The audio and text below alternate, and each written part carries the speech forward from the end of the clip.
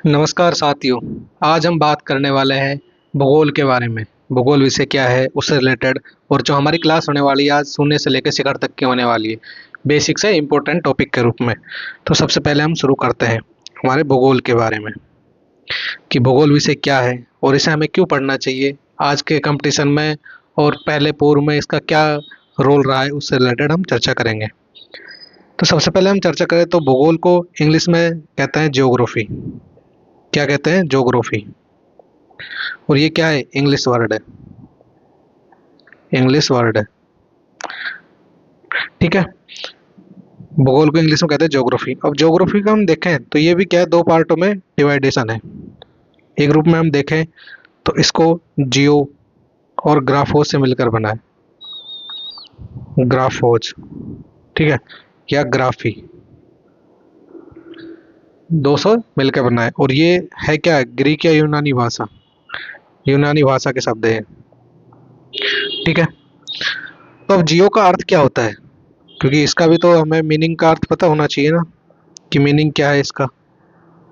तो जियो से रिलेटेड हम देखें तो ये इसको हम कहते हैं भू, इसी को पृथ्वी और अर्थ, ठीक है। अब ग्राफोज का देखें तो इसका अर्थ होता है वर्णन करना या अध्ययन करना, अध्ययन करना, ठीक है। भूगोल के बारे में ज्योग्राफी इंग्लिश वर्ड है, जियो और ग्राफोज से मिलकर बना है। जियो का अर्थ पृथ्वी और ग्राफोज का अर्थ होता है वर्णन करना, अध्ययन करना। अब इसको कंप्लीट अर्थ में हम देखें तो कंप्लीट अर्थ में हो जाता है इसका पृथ्वी का अध्ययन करना, पृथ्वी का अध्ययन करना। तो बेसिक रूप में हम देखें तो इसमें क्या कर रहे हैं, हम पृथ्वी का अध्ययन करेंगे ज्योग्राफी में, भूगोल में, ठीक है। अब इससे रिलेटेड हम देख लेते हैं कि जो ज्योग्राफी शब्द दिया था, भूगोल शब्द, तो ये भूगोल शब्द भी तो किसी ने दिया होगा। तो भूगोल शब्द देने वाले थे इरेटोस्थनीज, इरेटोस्थनीज, इन्होंने इस भूगोल शब्द को दिया था, ठीक है। और इसी को ही क्या कहा जाता है? व्यवस्थित भूगोल का जनक, व्यवस्थित भूगोल का जनक, भूगोल का जनक या पिता, ठीक है। तो भूगोल का हमारी बेसिक कंसेप्ट है कि ज्योग्राफी क्या है, इसमें हम पृथ्वी का अध्ययन करते हैं। ये चीज हमें कंसेप्ट हो गई कि हम इसमें किसका अध्ययन करने वाले हैं, पृथ्वी का, ठीक है। अब हमने व्यवस्थित भूगोल का जनक कौन, इरेटोस्थनीज है, और इसने क्या किया, सबसे पहले भूगोल शब्द दिया, ठीक है। यहाँ तक आ गए। अब हम देख लेते हैं कि जो भूगोल का व्यवस्थित जनक है, तो वैसे कंप्लीट भूगोल का जनक कौन है? भूगोल का जनक या फादर, ठीक है। ये हो गया आपका हिकेटियस, हिकेटियस, तो भूगोल का पिता हिकेटियस। अब आधुनिक भूगोल का जनक कौन है? आधुनिक भूगोल का जनक, ये हमारे छोटे बेसिक कंसेप्ट है, जो इनको सब्जेक्ट की जानकारी लेते हैं तो जरूरी हो जाता है अध्ययन करना। तो आधुनिक भूगोल का जनक हो गया हमारा कौन? Humboldt, Humboldt. तो ऐसे ही हमारे भारत का भूगोल का जनक कौन है? भारत का भूगोल का जनक, भूगोल का जनक, तो भारत का भूगोल का जनक हो जाता है जेम्स रेनेल, जेम्स रेनेल, ठीक है। तो यहाँ तक हमने भूगोल की पृष्ठभूमि के रिलेटेड हमने पढ़ लिया है। अब हम पृथ्वी का अध्ययन तो करेंगे भूगोल में, तो हमारी पृथ्वी कहाँ है, इसकी स्थिति क्या है, उससे रिलेटेड भी अध्ययन करना जरूरी हो जाता है, ठीक है, क्योंकि हम इसमें बेसिकली इसका अध्ययन करने वाले हैं, पृथ्वी का। तो हम देखें कि पृथ्वी कैसी है। सबसे पहले हम देखेंगे पृथ्वी की स्थिति, कि पृथ्वी की स्थिति कहाँ है, क्योंकि पृथ्वी की स्थिति पता होगी तभी तो हम उसका अध्ययन कर पाएंगे। हम यही नहीं पता पृथ्वी है कहाँ पे, तो हम उसका अध्ययन कैसे करेंगे, ठीक है। तो हमारा पहला क्वेश्चन अब बनता है पृथ्वी की स्थिति। तो सबसे पहले हम पृथ्वी की स्थिति जानने से पहले हमें ये देखना पड़ेगा कि एक्चुअल में है क्या हमारे आसपास। तो हम बात करते हैं ब्रह्मांड की। किसकी बात करते हैं? ब्रह्मांड की। ठीक है। अब ब्रह्मांड में क्या है? लगभग 100 से 200 अरब गैलेक्सियां हैं, या आकाश गंगा। आकाश गंगा। ठीक है। कितनी है? 100 से 200 अरब तक आकाश गंगाएं। अब 100 से 200 अरब आकाश गंगाएं, ये तो हमने जान लिया ब्रह्मांड में। लेकिन हमारे जिस जिस आकाश गंगा में हम निवास करते हैं वो कौन सी है? वो है आपकी मंदाकिनी। मंदाकिनी आकाश गंगा। मंदाकिनी, और इसी को क्या कहा जाता है? Milky wave. Milky wave. ठीक है। अब जो मंदाकिनी आकाश गंगा है, इसमें क्या है एक्चुअल, इसका भी जानना जरूरी होगा क्योंकि हम इसी में निवास करते हैं। तो इसमें लगभग 100 से 200 अरब ही, कहीं पे 400 अरब भी, अरब क्या है? तारे हैं। तो ब्रह्मांड में 100 से 200 अरब आकाश गंगा है, उसमें अपनी आकाश गंगा कौन सी? मंदाकिनी मिल्की वे, और उसमें हम देखें तो 100 से 200 या 100 से 400 अरब तारे हैं। अब इसमें भी हमारे जो सबसे नजदीक तारा कौन सा है? सूर्य। सूर्य एक तारा है ना, या नहीं पता आपको? सूर्य। अब इसके भी क्या है? इसके जो पास में ग्रह हैं उनको, इनके परिवार को क्या कहा जाता है? सौर परिवार। सौर परिवार। ठीक है।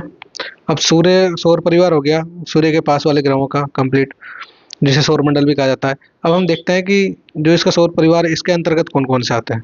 तो हम देखें तो सबसे पहले आपका आ जाता है इसके पास बुध ग्रह। ठीक है। उसके बाद शुक्र, उसके बाद आती है अपनी पृथ्वी, और उसके बाद आता है आपका मंगल। ठीक है। ये हो गए आंतरिक ग्रह। आंतरिक ग्रह। अब आंतरिक ग्रह क्यों है? क्योंकि ये पृथ्वी, ये सॉरी सूर्य के पास में है। उसके बाद मंगल के बाद आता है आपका बृहस्पति। बृहस्पति के बाद शनि। शनि के बाद अरुण व वरुण। अरुण व वरुण। ये हो गए आपके 12 ग्रह। 12 ग्रह। तो जो सूर्य है उसका सौर परिवार है, उसमें 8 ग्रह हैं। ठीक है। 8 ग्रह हैं। पहले 9 थे, जिसके प्लूटो को हटा दिया गया 2009 में। तो इसमें हम देखें तो 8 ग्रह कौन कौन से? बुध शुक्र पृथ्वी मंगल, ये हो गए आंतरिक ग्रह। बृहस्पति शनि अरुण अरुण, ये हो गए 12 ग्रह। अब ये जो पृथ्वी है हमारे कितने नंबर पे आती है? तीसरे नंबर पे। ठीक है। तो आप हम बेसिकली किसका अध्ययन करेंगे? पृथ्वी का। स्थिति के बारे में हमने जान लिया कि हमारी पृथ्वी कहाँ है। ब्रह्मांड में 100 से 200 अरब आकाश गंगा है, उसमें हमारी आकाश गंगा है मंदाकिनी मिल्की वेव, और इसके अंतर्गत 100 से 200 या 100 से 400 अरब तारे हैं, जिसमें हमारा पास का तारा है सूर्य। और सूर्य के जो पास में ग्रह हैं उनके परिवार को कहा जाता है सौर परिवार। अब सौर परिवार में 8 ग्रह, 8 ग्रह में बुध शुक्र पृथ्वी मंगल, इसको तो कहा जाता है आंतरिक ग्रह क्योंकि ये सूर्य के पास में है। उसके बाद बृहस्पति शनि अरुण वरुण, ये बचते 4 ग्रह। ये है 12 ग्रह, इनको कहा जाता है 12 ग्रह क्योंकि ये सूर्य से इसके डिस्टेंस ज़्यादा है। तो ये कंप्लीट हो गया 8 ग्रह। हमारी पृथ्वी का स्थान हो गया तीसरा। अब आकार के हिसाब से देखें तो हमारी पृथ्वी 5वें स्थान पर आती है, 5वीं सबसे बड़ी ग्रह। ठीक है। पहले नंबर पर आता है। ठीक है। उसके अकॉर्डिंग अब हम बात करेंगे, ये तो हमने जान लिया। अब हम बात करेंगे हमारी पृथ्वी का आकार कैसा है। ठीक है। स्थिति तो हमने जान ली कि तीसरे नंबर पे आती है।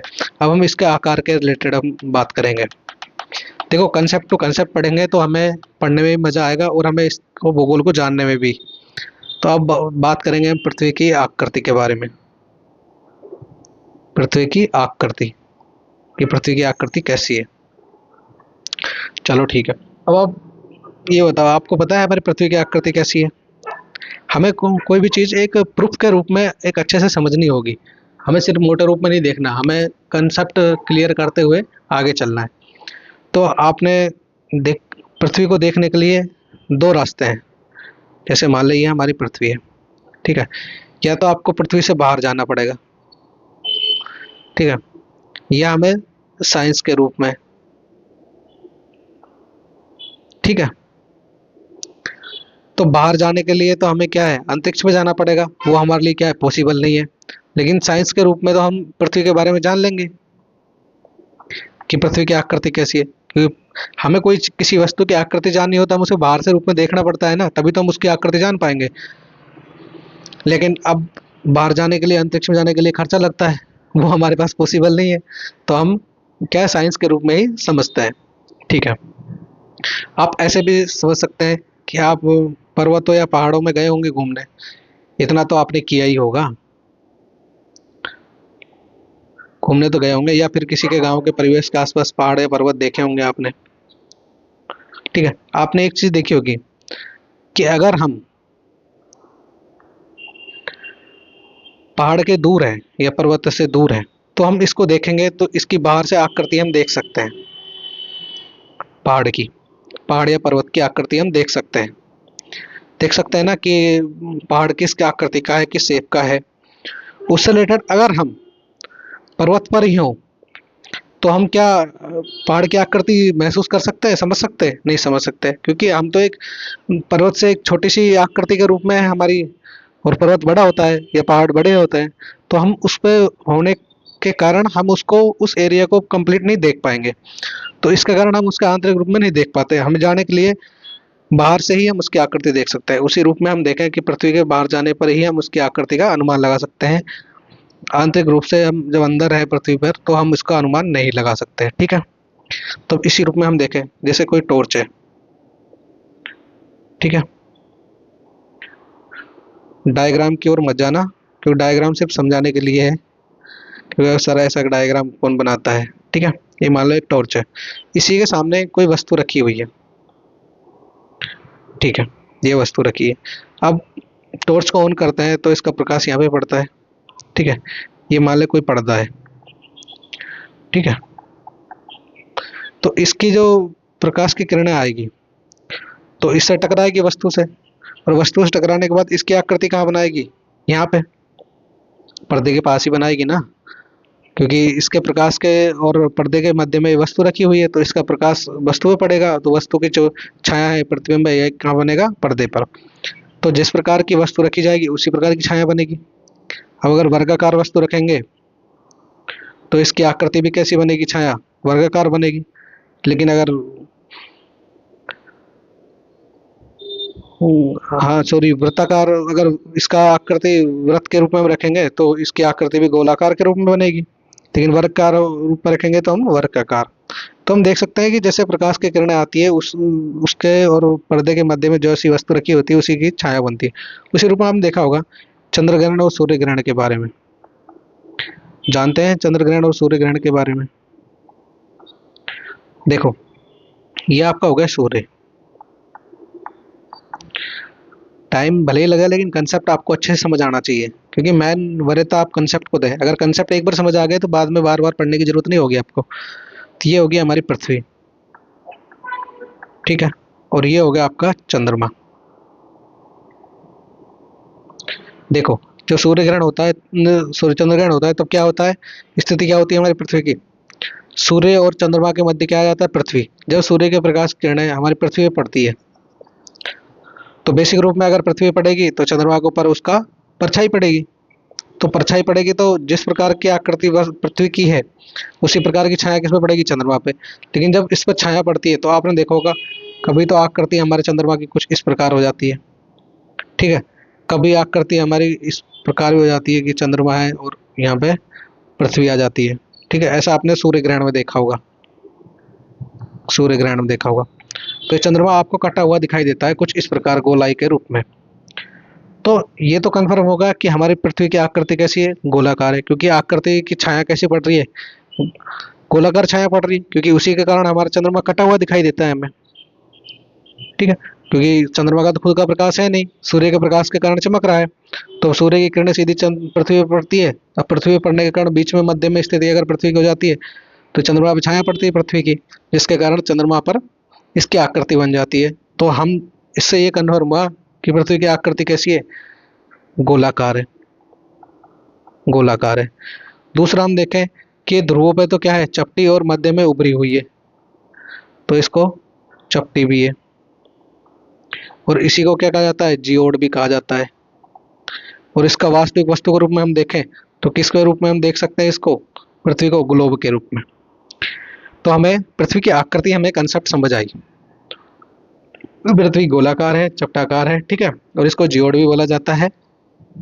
और इसका प्रतिबिंब के रूप में या वस्तु के रूप में हम इसकी जब आकृति देखते हैं तो किस रूप में हम अंकित करते हैं, ग्लोब के रूप में, ठीक है। तो ये हमें स्थिति जान ली, आकृति जान ली।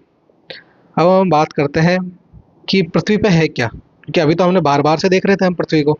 अब हम उसके अंदर के रूप में हम जानेंगे कि पृथ्वी के अंदर क्या है, उसकी स्थिति क्या है आंतरिक रूप से, और इसका अध्ययन करने वाली क्या क्या चीजें हैं, उसके रिलेटेड हम चर्चा करेंगे।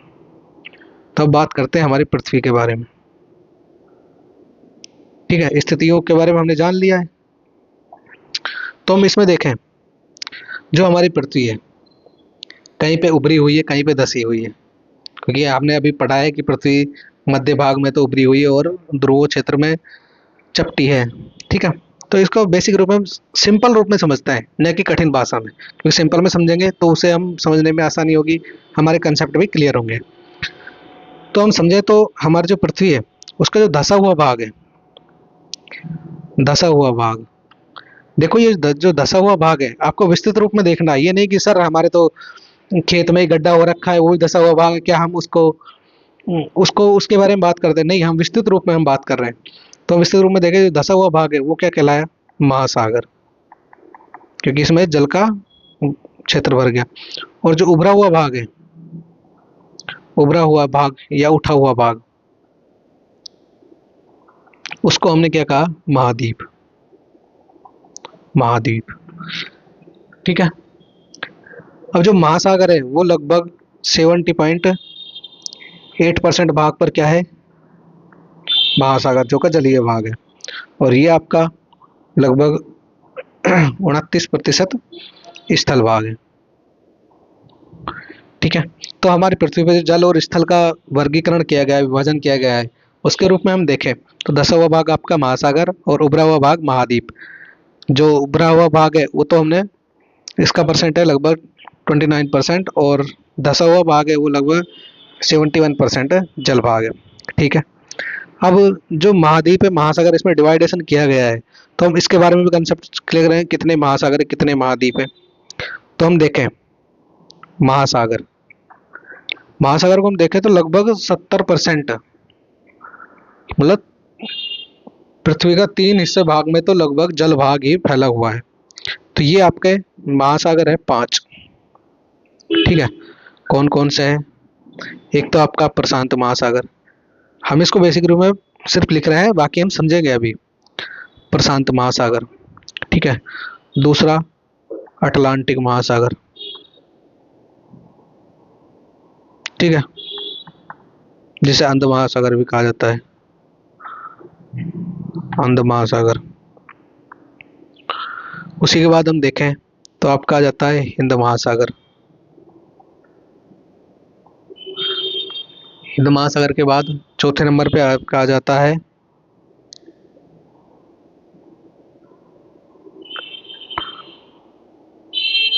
आर्कटिक महासागर, आर्कटिक महासागर, सॉरी ये 5वें नंबर पर है, ठीक है। चौथे नंबर पर आपका आ जाता है दक्षिणी महासागर, ठीक है। क्रम वाइज के हिसाब से इसलिए लिख रहा हूँ क्योंकि ये सबसे बड़ा है, उसके बाद अटलांटिक महासागर, हिंद महासागर, उसके बाद दक्षिणी महासागर, और उसके बाद आर्कटिक महासागर, ठीक है। अब इसमें बात करें महाद्वीपों के बारे में, तो हम देखें तो 70% भाग में तो क्या ही महासागर है। अब महाद्वीप, महाद्वीप क्या है, 7 है। पहले नंबर पे आपका है एशिया महाद्वीप, दूसरे नंबर पर अफ्रीका, ठीक है। तीसरे नंबर पर आपका आ जाता है उत्तरी अमेरिका, चौथे नंबर पर आ जाता है आपका दक्षिणी अमेरिका, पांचवें नंबर पर आ जाता है आपका अटलांटिक महाद्वीप,